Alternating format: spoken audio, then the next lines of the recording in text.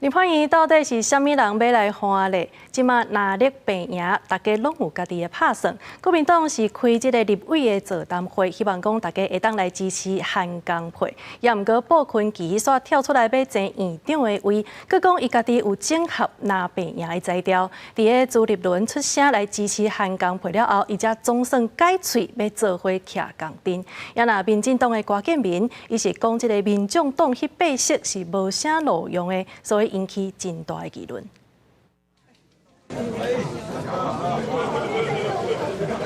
看到韩国瑜加江启臣、傅昆萁甲因握手互动，国民党开新科立法委员座谈会，要凝聚韩江配共识，争取立法院的正副院长。不过傅昆萁也表示讲，伊要争取，那兄伫咧闹内讧。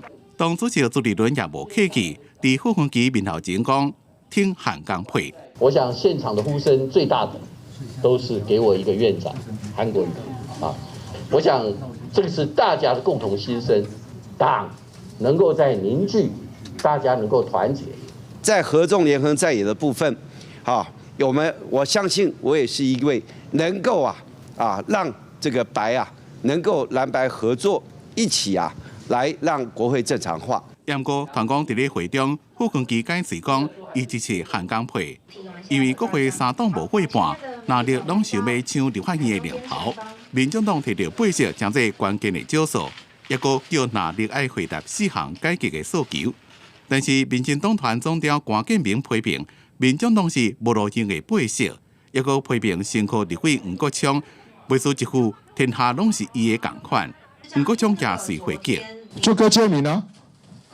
立法院最有名的桥王啊，台湾民众党党团进入国会是要推动法案，是要监督行政权，不是要去私下乔事的。如果民众党没有把握政党协商、招委选举，未来可能会变成可有可无的八席，国会回归蓝绿对决的可能性比较大。新一届立法委员将会伫2月7日到立法院报道，将会彰显国会领头之争。外界拢伫咧注意，那立法要安怎布局？记者综合报道。